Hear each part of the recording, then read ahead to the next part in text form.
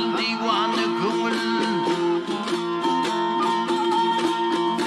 Gel bana kulluk kal divanı köngül. Hayanı söy edevi söy arı söy gel.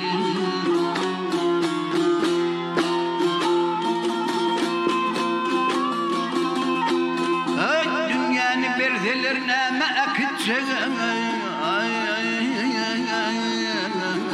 Akıtacak Allah'ını söy pek ruhu söy yarı söy gel.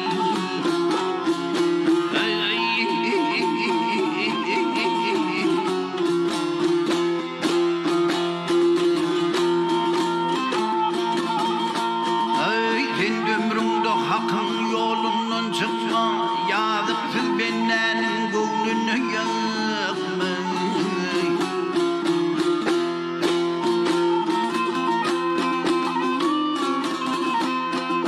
Sen düştün gözü takala bakma,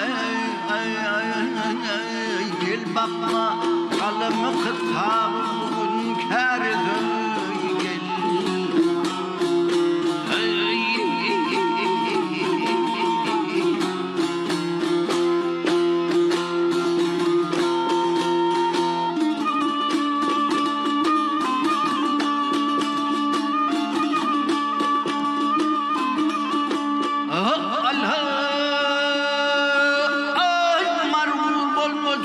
Söylemez yaradan,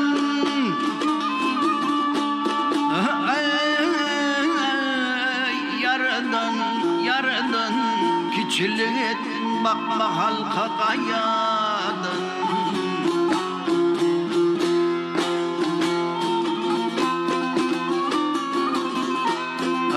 İlin bilin bolgun mu dam zana zana,